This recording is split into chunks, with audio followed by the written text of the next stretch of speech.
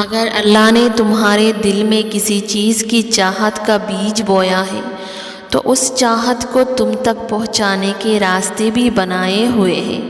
دل کے راستے تک پہنچ ہی گیا ہے وہ شخص جسے تم محبت کرتے ہو، تو اس راستے کے ذریعے نصیب تک بھی پہنچ جائے گا انشاءاللہ۔ اور جب کسی کو کھو دینے کے ڈر سے جب گرے آپ کے آنسو سجدے میں، تو یہ جان لو اللہ تو سب دیکھ رہا ہے، اور اللہ کب تک آپ کو تڑپتا ہوا ایسے چھوڑ سکتا ہے؟ تمہیں ایسا لگ رہا ہے نا تم ساری زندگی یوں ہی تڑپتے رہو گی، لیکن تم یہ جان لو جس مقام پر تم ہو اس مقام پر سبھی کو ایسا لگتا ہے، اور تمہارا خوف ہی تمہیں انسان بناتا ہے، لیکن اس خوف کے باوجود بھی اللہ پر یقین رکھنا تمہیں مومن بناتا ہے۔ اور جانتے ہو معجزے مومنوں کے لیے ہوتے ہیں، تو تمہیں یقین رکھنا ہے اپنے رب پر، کیونکہ تم سے پہلے جتنے بھی لوگوں نے یقین رکھا تھا اللہ نے انہیں ان کی محبت سے ملا دیا تھا۔ محبت سوچ سمجھ کے نہیں ہوتی،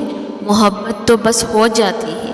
اب اس میں آپ کو تکلیف ملے یا خوشی، پیچھے مت ہٹو، اللہ سے دعا مانگتے رہو۔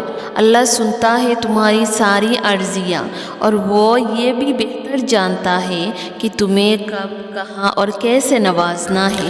اور جو شخص آپ کے نصیب میں ہوگا اللہ کی طرف سے کچھ علامات ضرور آپ کو نظر آئیں گی۔ جو رب تمہارے دل میں کسی کی محبت کو ڈال سکتا ہے اور لبوں پر دعا کا خیال لا سکتا ہے، وہ تمہارے نصیب میں بھی تمہاری چاہت لکھنے پر قادر ہے۔ دل کا بار بار ایک ہی دعا کے لیے اللہ کے سامنے رونا اتفاق تو نہیں ہوتا۔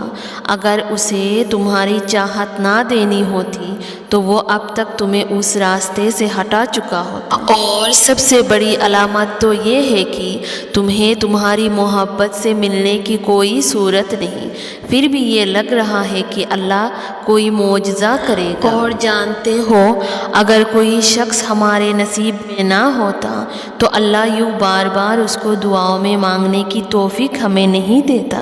اور پتہ ہے آپ کو قیامت تک محفوظ رہتی ہے وہ چاہتیں جو وقتی تہجد سے مانگی جاتی۔ دعا کی توفیق کسے دینا ہے اس کا فیصلہ اللہ ہی کرتا ہے، لیکن دعا میں کیا مانگنا ہے اس کا فیصلہ اس نے تمہیں دیا ہے، کیونکہ اینڈ میں ملتا وہی ہے جو تم نے مانگا ہوتا ہے۔ آخر میں تمہاری دعائیں ہی تمہارا مقدر بناتی ہے۔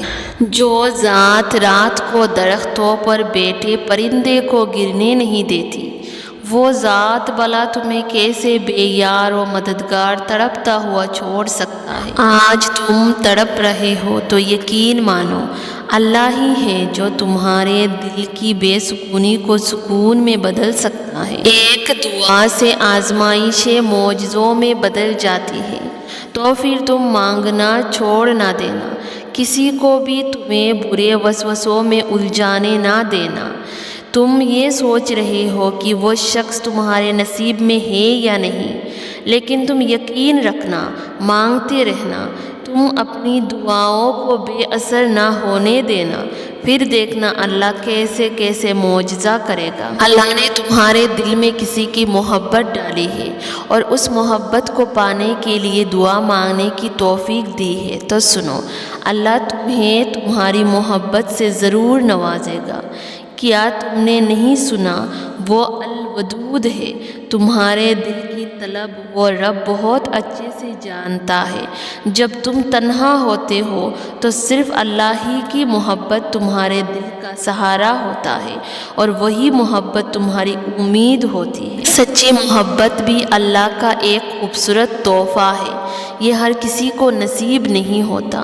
اگر تم کسی کو دعاؤں میں مانگ رہے ہو تو یہ تمہاری سچی محبت ہے، تم خوش قسمت ہو، تمہیں سچی محبت ملی ہے، اور اس کو مانگنے کی، دعا کرنے کی توفیق بھی اللہ نے دی ہے۔ تو یقین رکھو اس محبت کو نصیب میں بھی اللہ بہت جلد لکھ دے، بلکہ وہ محبت آپ کے نصیب میں ہے تبھی تو آپ اس کو مانگ رہے ہو دعاؤں میں، ورنہ کب کا آپ دعا مانگنا چھوڑ دیتے۔ کچھ چیزیں نصیب میں ہوتی ہے جو بن مانگے ہی مل جاتی ہے، اور کچھ کو اللہ دعاؤں کا حصہ بنا کر نصیب کے ساتھ جوڑ دیتے ہیں۔ ملنا انہوں نے بھی نصیب سے ہوتا ہے، لیکن ملتی وہ دعاؤں کے بعد ہی ہے۔ جتنا پکا یقین اتنے پکے معجزے۔ جو دل میں کسی کی خیال ڈالتا ہے، دعاؤں میں کسی کو مانگنے کی توفیق دیتا ہے، تمہیں یقین کی انتہا تک لا کر وہ قبولیت کو ٹھان لیتا ہے۔ کسی کو پسند کرنا پھر اس کو اللہ سے مانگنا تمہارے مخلص ہونے کی دلیل ہے، اور اللہ کی طرف سے یہ نشانی ہے کہ وہ شخص تمہارے نصیب میں ہے، تبھی تو تم اس کو دعاؤں میں مانگ رہے ہو۔ اللہ چاہ رہا ہے تبھی تو تم اس کو مانگ رہے ہو۔